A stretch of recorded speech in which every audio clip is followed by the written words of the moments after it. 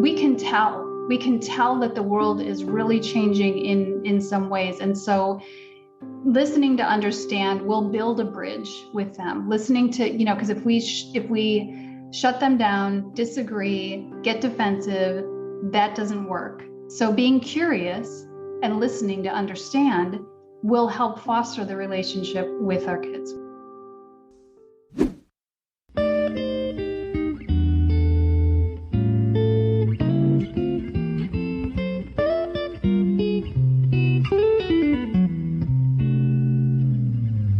Hello, everybody. Welcome to Living the Next Chapter. I have an author with me today. Kim Muench is with me today. Kim from reallifeparentguide.com. She's on television. She's on TikTok. She's an author. I don't think she has any time for anything else besides being amazing. Kim, welcome to the podcast. How are you? Wow, that was quite the introduction. Wow, thank you. eh? I'm happy to be here. I kind of just made that up, but it's true, though. You're just doing so many things.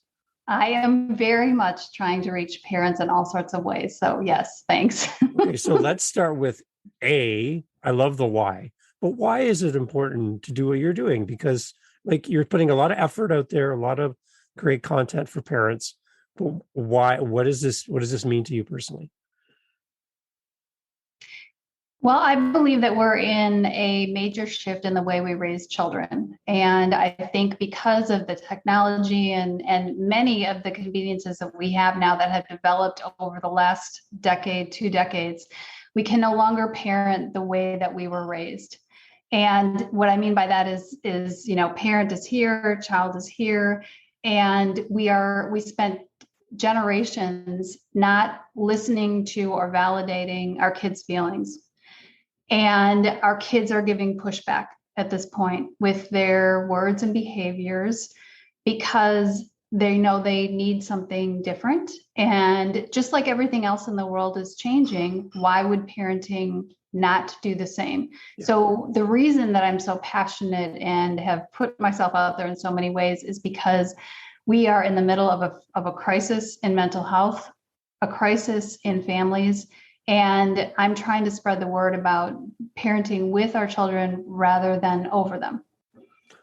Okay. So, and then you add in all of that plus a global pandemic, which changes the dynamics of how we interact with people in person and online, everything, and lockdowns and all that other stuff. In our own family, we have 3 children, all in the 24 to 19 age group. And the pandemic has drastically changed our family in just, wanting to have friends over or wanting your girlfriend to sleep overnight, or can we move in together here in the house? And wait a minute, what is going on? But with the pandemic, it's one more really intense layer on our social interactions with each other. It's exacerbated what were already brewing problems. It's exacerbated them. So I'm watching your videos on TikTok and you're talking to moms and parents about, kids wanting their boyfriend or girlfriend to sleep over at the house and how that's not going to work in some situations for many parents. And I'm watching this going, oh my gosh, she's talking to me. That's amazing. So don't ever stop. Please keep going with what you're doing. But the dynamics of family have changed so much. My parents, my mom has zero clue of what it's like right now to be raising kids. Because and I mean, to add to that, just in general, raising kids today is obviously different and more challenging. And I'm sure our parents said this, right, about the previous generation, but I really think that we are in the midst of some major world life challenges that are affecting ourselves and our kids and what our families look like. And I just lost my train of thought. It's amazing, though. That happens to me once in a while. Sorry. Yeah. No, it's great. But the whole dynamic of family is so different. With the amount of knowledge that's out there, with the amount of ways to communicate with people, to be in contact with people. I didn't have a cell phone when I was a kid. There was no, if you wanted to see your friends, you had to go find them. Now Right. you are connected 24/7 It all the just came time. back to me. It There just it came is. back. I'm like, I got it. Yeah. So parenting I mean, I have 5 kids and, they're 17 to 34 years of age at this point. And I would say historically looking at parenting, my personal experience with it, it is incredibly physically demanding and exhausting initially. Yeah. Right. And I had a 17-year-old when I had a newborn. And now my 17, and my 34-year-old, it is mentally challenging to parent during the, let's say, 17 to 30 some year old range. And that never quite goes away as a parent. I know that. I still lean on my mom at times and expect her to kind of hold my feelings. And I'm 53. Yeah. But what I'm thinking is that these launching years, these years when our kids are post high school, and what are they choosing to do and how are they choosing to do that, and how is the world and the way it's working right now affecting that. A lot of kids are floundering and parents are anxious, scared, they don't know what to do, they don't want to push their kid out, but they don't know how to hold boundaries because the kids are pushing back. So it's a very interesting time to be parenting kids your age, your kids' age and mine. Yeah. So I'm connecting with you just on that. You're speaking right into our home. So I love that, Kim. So what do you find right now, from a kid's perspective on just some of the challenges of trying to find their place in this world when the world is changing so much and so fast? Mm-hmm. I think, I have sons that are 19, 24, 28, 34. I kind of watch them and have good discussions with them about the things that they're concerned about. Dating is one thing that's very hard for them now that I think was not as difficult certainly when I was growing up. Just, trusting people, wanting to, and I do think that social media and phone use has affected their ability to socialize. Yeah. I think one thing that hasn't actually helped either is, like, my son graduated from college and he works full time as a computer programmer and he works from his apartment. He's very structured in that he gets himself to the gym every night, but he doesn't go to an office. There's pluses and minuses to that, especially when you are in your 20s. To be out, to be going to a place, to have an office, to be interacting with people. Zoom, he does Zoom calls during the day, but he's still in like his pajamas during the day. Yeah. There's not, and I think that can pose a problem as well for our young people. There's that loss of work-life balance because we are working or living at the same time all the time, and there's no clear separation between I'm going to work and I'm going to leisure, or I'm going to rest, I'm going to social. It's all one thing now. Yeah. And I think it's funny that you say that. He just bought himself a second desk area for gaming. So that he is not, he really found he was having a difficult time. He's very resourceful for himself and knows how to structure if he's running into a problem. He was, gaming and working at the same desk all day long and in the evening, and it just wasn't feeling right. So, he's creative. Good. It's causing our young people to think outside the box. And I think parents to really, help their kids think outside the box, help. And we don't want to be helping them too much when they're in their 20s, right? But I think they've lost some of that, like, creative imagination, think outside the box, and we kind of have to remind them and push them a little bit to think that way. Yeah. So what is one of the things right now, Kim, that you are maybe like one of your aha moments, one of the things that you're kind of focused on that maybe you're doing a little bit of research in right now? I guess I would say what I'm seeing prevalently and what I'm studying a lot and helping parents with is setting boundaries for kids who are living at home, but they're, say, 19 and older. Really wanting to understand how we work with our young adult kids to create reasonable boundaries for everybody in the living situation. Yeah. That's something that I've been reading a couple of books on, and I'm going to do a workshop on that because it really is a very prevalent challenge. Yeah, it's something. Yeah, we're experiencing this, and again, the resources are not prevalent for parents. Right. Hence TikTok, and hence all these other ways to communicate. Is we're out looking for answers, and it's having a hard time finding them. Yeah, and I will say this though. I will say I balance that with the idea that the answer, parents are kind of looking outside for the answer a lot when we need to get reconnected with ourselves. And that's what I help parents do as well. Yes, I'm there to help them kind of talk through the boundaries for their family. It's not about how I feel they should do it, to help them converse and figure out for themselves what's going to work for their family, while tuning in especially to themselves, because nobody knows the kids that they've had better than them.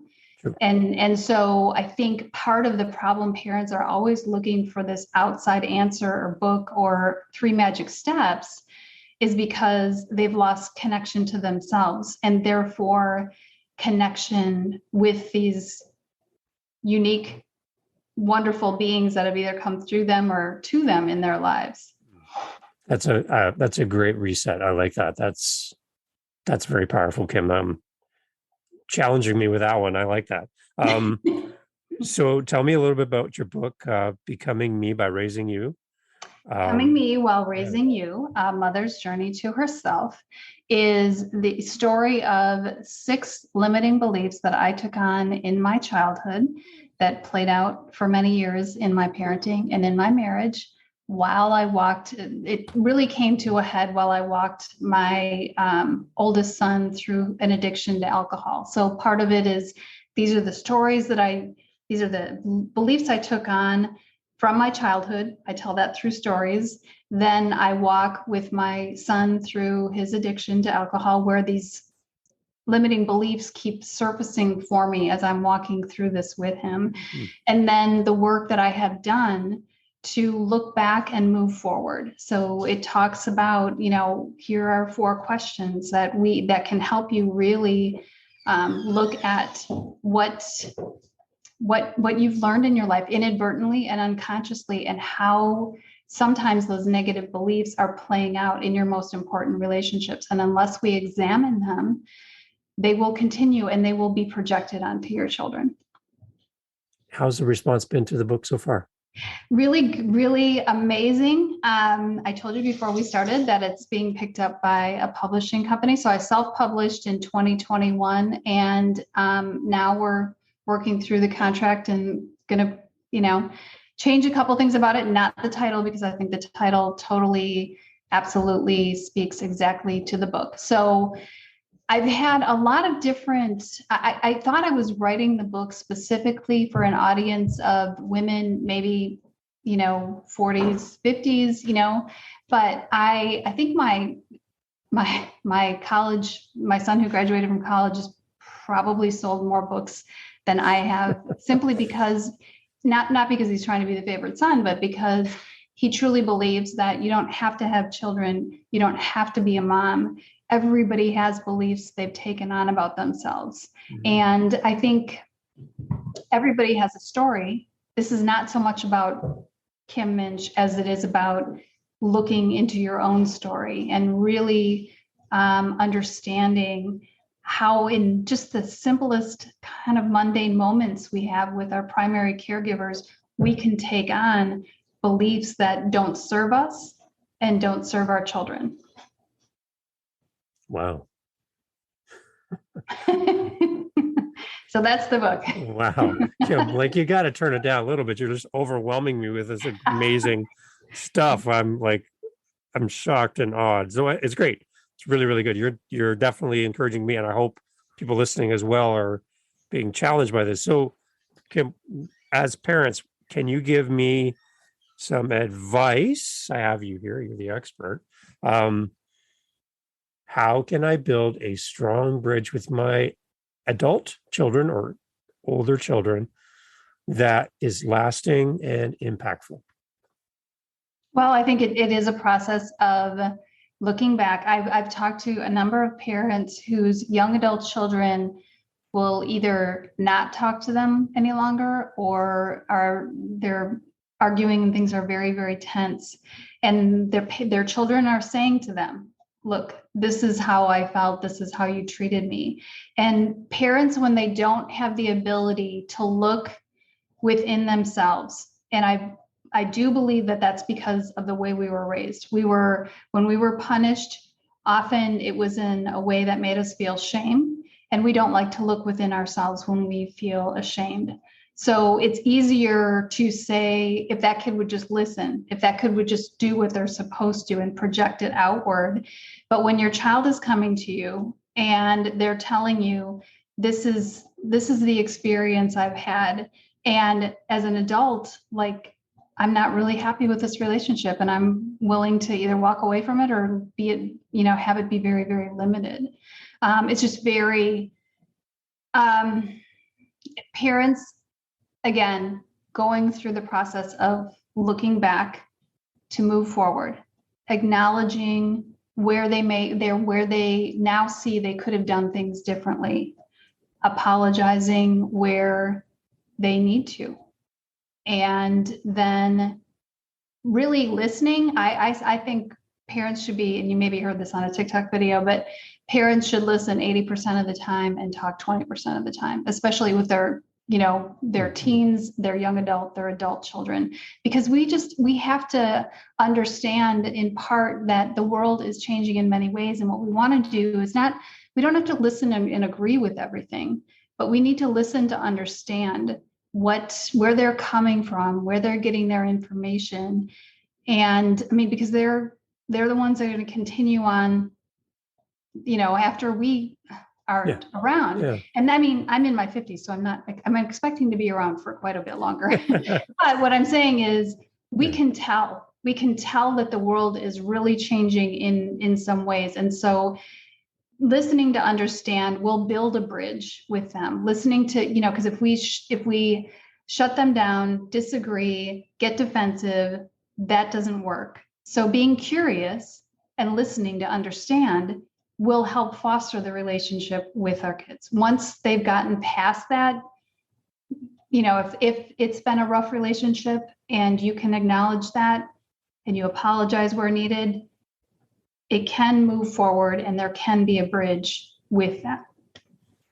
Yeah, and I've heard other parents talk about the balance between relationship and being right, whatever parent defines being right as, right? So my opinion, or how I've been raised, or how I would like to see you live your life as my older child now, I have what I consider to be the right way for you to live your life. But in that situation, I have a choice to make whether I value our relationship or my opinion. May I drop one more truth bomb on you that will blow you away? Okay. So this is the last page in my book, and it is a quote that was downloaded to me. I was either vacuuming or I was doing something mundane, but the second that it came to me, I wrote it down. And it's this: our children come through us, not for us, except for the lessons they reflect to us during their journey, in an effort to grow us up along the way. Kim, I asked you to stop doing this, but you keep going. Sorry, that was the last one, I promise, but it's very profound when you think about it. Okay, can you do it again, Kim? Sure. Please. Yes. Please.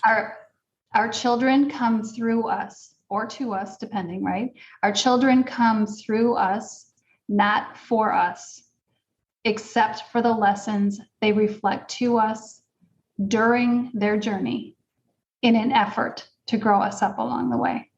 Oh, gosh.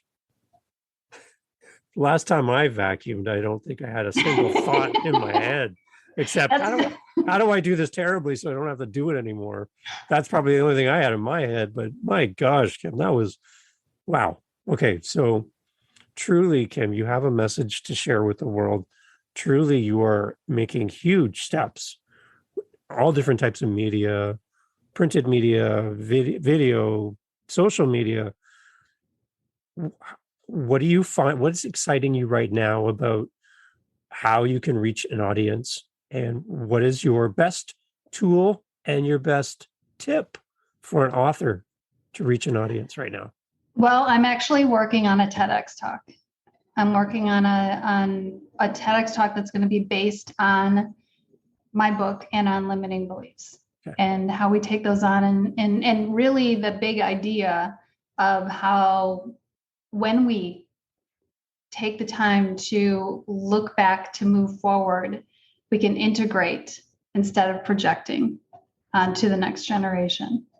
So that's one of the ways I'm very excited about putting that together. It's a process, but that's one of the ways that I'm very excited. Of course, video has been really helpful to me. And I think, as we mentioned before we started recording, the authenticity that I see on TikTok, and I know not everyone feels that way. It really depends on what gets curated for you. But I have learned a great deal from some very wise people on TikTok. And I think that because I'm the kind of person that I am, who shows up with just who I am, take it or leave it, that's why it's building, because people are seeking truth in the world. And when someone they can tell shows up and just speaks authentically, that's attractive, because we don't see that very often. And that's why the book too, I hope to inspire. I put the book out, and it's caused some ripples. It's caused some challenges in my family. But I truly stand behind it and believe in it, because there isn't enough truth in the world. And when we stand in our truth, we inspire others to do that. Yeah. Beautiful. Well said. So for a new author that's listening to the podcast, because we have authors that listen as well, would you say it is, when you have a new book and you're trying to build community, would you say it's more important to talk about your book or to talk about your message when you're building community? I'm going to go with message on this. I don't often talk. I don't talk very much about my book on TikTok. Yeah, I noticed that. People will find that. And it feels, I haven't found a way to necessarily not make it feel salesy. Yeah.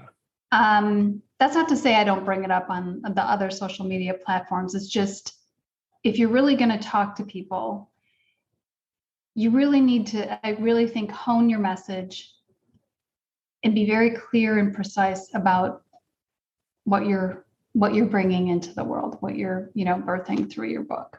So rather than selling a book, like, the message to me is way more important. I love my book, but my message is way bigger than that book. Some of the authors I speak to and I've interacted with, it seems like the book is the thing. They're proud of it. They've poured their life into it. Now they're wanting to talk about it.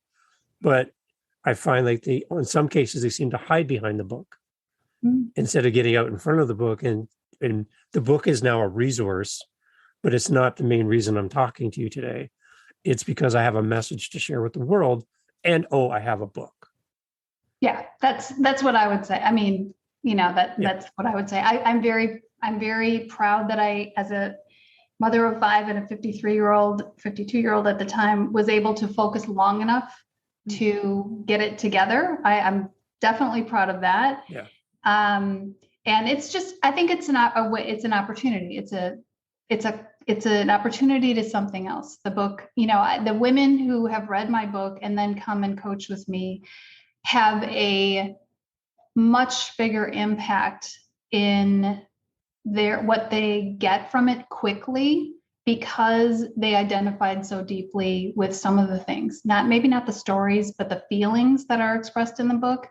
They like get me. And so if they've read the book and then they come and work with me, it's really been really cool to see. So let's talk on that for a moment too, then, Kim. How do listeners then connect with you to work with you? And what does it look like working with you, maybe the first 30 days? What does that interaction look like? Well, first of all, they can find me at my website, which is reallifeparentguide.com. And I work with parents one-on-one, and I have started a small group for moms. So it's called the Empowered Moms Group. We meet once a week on Zoom. I have moms from all over the different areas of the country, and we encourage and empower one another through parenting challenges, because I believe that moms can empower other moms. So there's that. But I work with parents one-on-one, and I work with them once a week on Zoom. It's an hour-long call, and we start by setting goals. The difference, I think, really between coaching and therapy, there's a couple differences, but one of the main ones is that in coaching, we're staying here right now, defining the goals and moving forward to measure. We want to have goals so that we can measure how we're doing on getting the goals. That's not the word I'm looking for, but achieving the goals. Yeah. We don't sit in. There is a connection between the way we were raised and the way we're parenting, and we look at that, but we don't stay there. Like, we're not trying to diagnose or fix any major issues from childhood. We're just trying to make some connections so that we understand why we're behaving the way we are as a parent. So, and I typically will meet parents. I mean, there's a lot that can happen in 4 sessions. Like, it doesn't have to be a long, thing. I can't work harder than the parent who's come to me, but it seems like I will say this, Dave, when I've looked at when people come to me and they really focus on this and they commit to it, it literally is amazing how quickly they can make change because they're focused on it, and not in a negative way, in a positive way. Mm-hmm. You can ruminate and all that. You can think about all the things you did wrong and whatnot, but let's acknowledge, but not sit there. Let's move forward. So if somebody's listening, Kim, and they're listening to this, and they're like, sounds great, Kim, but I think I've gone too far. I've gone past the point of no return. Is there any hope for me with my kids? I say it's never too late. And that's exactly why a couple of reasons I've chosen to work with parents of adolescents. One, because they tend to white knuckle their way through until their kid gets to be an adult. And then sometimes the severs are really there. They have to work that much harder with an adult child if you've had a really rough adolescence. And 2, it really, really never is too late. You cannot predict, or you cannot control how your young adult or adult child is going to respond to you, but you can do everything in your power to work on you and to right the relationship. I never want parents to think that it's too late. And if you need assistance, you need somebody in your corner who can help you. Kim is here, reallifeparentguide.com. Go and check her out on TikTok as well. Like I said, I'm really enjoying the content on TikTok and really encourage you to do not stop. Continue doing it, because like you said, you're showing up in a real way, right? You're just being you, and you're having a conversation. I feel like I'm in the room with you listening, and it's really, really works well. TEDx talks, television. Kim is everywhere. So to have time with you today, Kim, I'm great. I'm very grateful. And what's your message, Kim, at the end here? Your message to parents, your message to the world. You got this moment here on top of everything else you're doing, but on the podcast, what would you like to share with people? We are in the midst of a parenting evolution, and I intend to be a conduit for that change, for the positive, not only for my children now, but for my future grandchildren. And I hope that parents will be able to hear me and allow for change to begin to happen where it needs to, because family is our foundation. Beautiful. Thank you, Kim. I'm going to replay the quote from the vacuum over and over. I'm going to put it up on my wall beside me so I can see it every day. Thank you so much for being a part of the podcast. You're welcome. I would love to reconnect again in the future as well. Yeah, you're very welcome. So happy to be here talking to Awesome. you, Dave. Everyone, Kim Muench is here. reallifeparentguide.com. Go there now. If you're driving, pull over, go there now and check out all the great things happening in Kim's world. Thank you for your time, Kim. Thank you. Awesome. Appreciate it.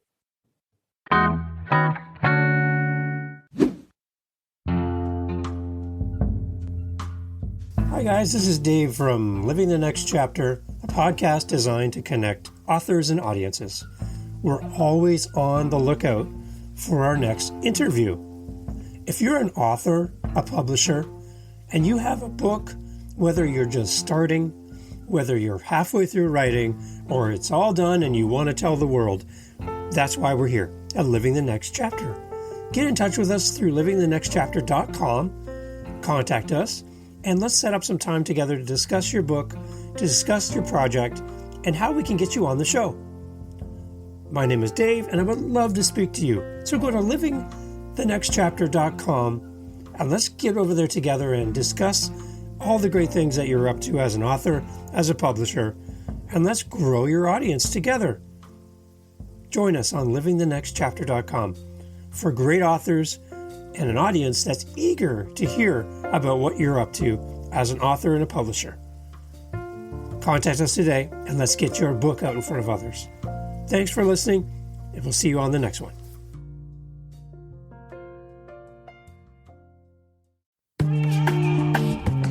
Mindshift Power Podcast, the podcast for teenagers and those who work with them.